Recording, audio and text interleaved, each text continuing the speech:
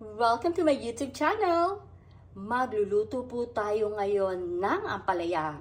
Simpleng ampalaya po ang lulutuin natin. Ang tawag ko po rito, ampalaya corned beef. Okay, syempre, ang ingredients natin, corned beef, onion, lots of garlic. Alam naman ninyo, mahilig kami sa garlic. At syempre, ang ating ampalaya. Okay, umpisa na po tayo. Sana po ay panoorin ninyo itong napakasimpleng recipe ko po ng ampalaya. I-share ko po sa inyo ang sekreto bago po tayo magluto ng ampalaya corned beef. Ang sekreto ko kung paano po nawawala or paano po maaalis ang pagkapait ng ampalaya. Okay, so ito po ay water at hinihintay ko lamang po na kumulo. So ngayon, kumukulo na po siya. Ayan ha. Ang gagawin po natin, itong ampalaya na aking hiniwa-hiwa, hinugasan at hiniwa, ilalagay po natin siya sa kumukulong tubig na to. Okay.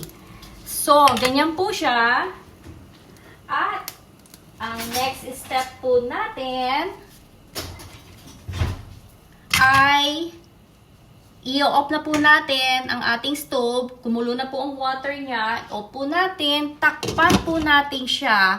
And let the bitter melon or the ampalaya sits in that water for about 10 minutes. Ayan po. Yan po ang isang sikreto para po mawala ang pait ng ampalaya. And I'm sure na pagkaginawa po ninyo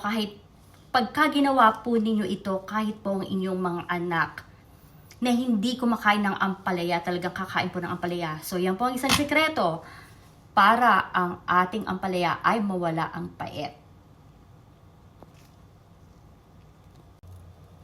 Umpisahan na po natin ang pagluluto ng ating ampalaya corned beef. Siyempre, gagamit tayo dito ng olive oil.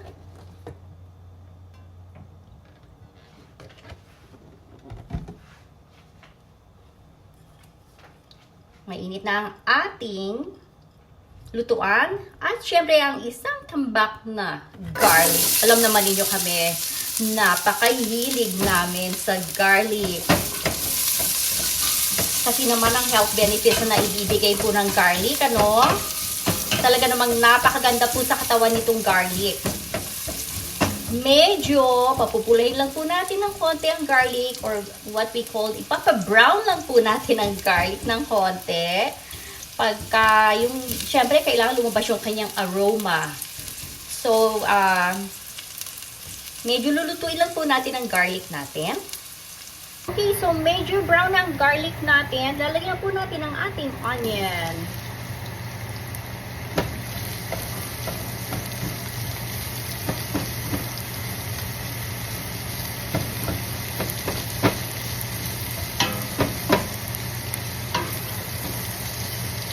Medyo lulutuin lang po natin ang onion.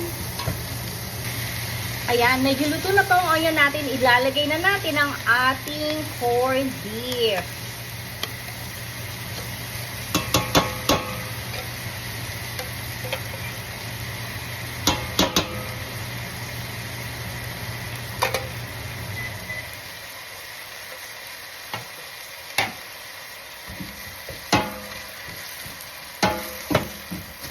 Igigisa po natin ang corned beef natin. At lulutuin po natin itong corned beef na to sa ating garlic and onion.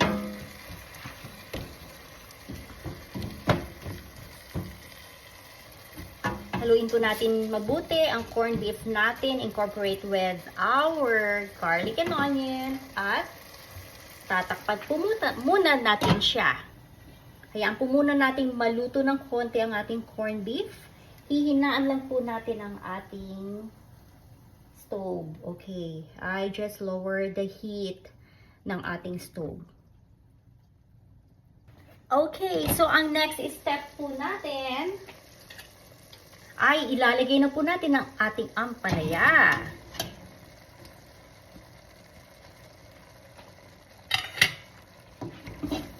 hahaluin lang po natin ang ating ampalaya with our corned beef.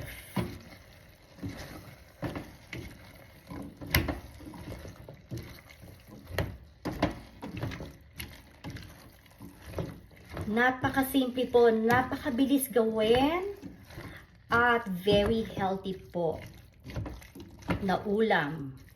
Para po ito sa buong pamilya. Ayan, magugustuhan po ito ng mga bata kasi may corned beef eh. Siyempre, there is a twist. Corned beef or ampalaya con corned beef. So, ang gagawin ko po ngayon, medyo tatakpan po natin yan. Tatakpan po natin. At let it simmer for a few minutes. Okay, ang next step po natin, syempre, lalagyan natin siya ng fish sauce. Pampasarap din naman ang fish sauce, di ba? Okay, hindi naman po pwede na masyadong matabang ang ating kakainin. Ayan, okay, so nilagyan ko na siya ng fish sauce. Ayan.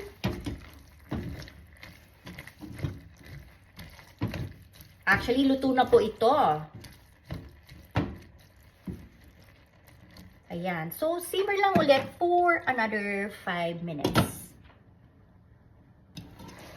Okay, so ready na ang ating ampalaya. At ito na ang ating ampalaya. Ampalaya con corned beef. Ang sarap po niyan. Bon appetit! Come join us for dinner. Very healthy po ang pagkain na to.